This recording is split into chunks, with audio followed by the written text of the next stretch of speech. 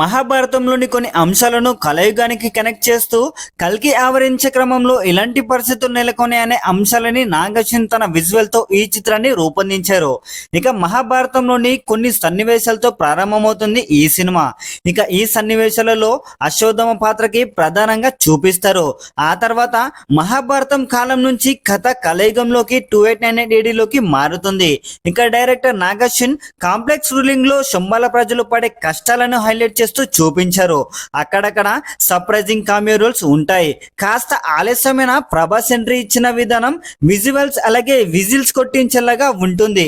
ఇక ఈ సినిమా మొదలైన అరగంట తర్వాత ప్రభాస్ ఎంట్రీ ఉంటుంది.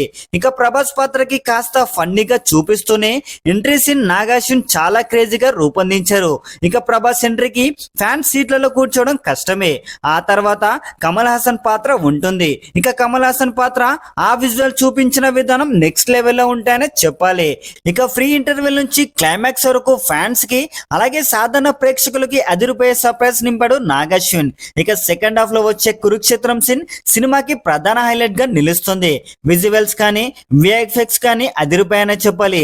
మ్యూజిక్ బాగుంది కానీ సాంగ్స్ కి అంత ఎక్కలేదని చెప్పాలి. ఇక అమితాబ్ బచ్చన్ తప్ప ఈ పాత్రకి ఎవరు సరిపోలేరు అన్నట్టుగా చేశారు. నిజానికి సినిమా చూస్తున్నంతసేపు నిజమే ఈ క్యారెక్టర్ వేరే వారు ఎవరు సెట్ కాలేరు అని అనిపిస్తుంటుంది.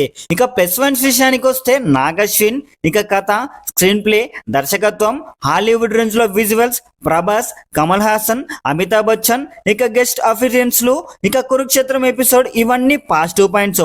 ఇక నెగిటివ్ పాయింట్ విషయానికి వస్తే 40 నిమిషాలు స్లోగా సాగే ఫస్ట్ హాఫ్, ఇక దీపిక పడుకునే డబ్బింగ్ నెగిటివ్ పాయింట్స్ గా చెప్పుకోవచ్చు. ఇక రేటింగ్ విషయానికి వస్తే 3.75 రేటింగ్ ఇస్తున్నాం మేము. ఇది ఫ్రెండ్స్ ఇప్పటి వరకు ఉన్న సమాచారం. ఇలాంటి లేటెస్ట్ అప్డేట్స్ కోసం అలాగే మీ హీరోల సరికొత్త సమాచారం తెలుసుకోవాలనుకుంటే మన టుడే పోస్టర్ ఛానల్ ని సబ్స్క్రైబ్ చేసుకోండి. అలాగే ఈ మూవీకి సంబంధించిన కలెక్షన్ అప్డేట్ కానీ ఇంకా ఏ అప్డేట్స్ ఉన్నా తెలుసుకోవాలనుకుంటే మన ఛానల్ ని ఫాలో అవ్వండి. ఈ వీడియో కనుక నచ్చినట్లయితే లైక్ చేయండి, కామెంట్ చేయండి, షేర్ చేయండి అండ్ సబ్స్క్రైబ్ చేసుకోవడం మాత్రం మర్చిపోకండి. బై బై, జై హింద్.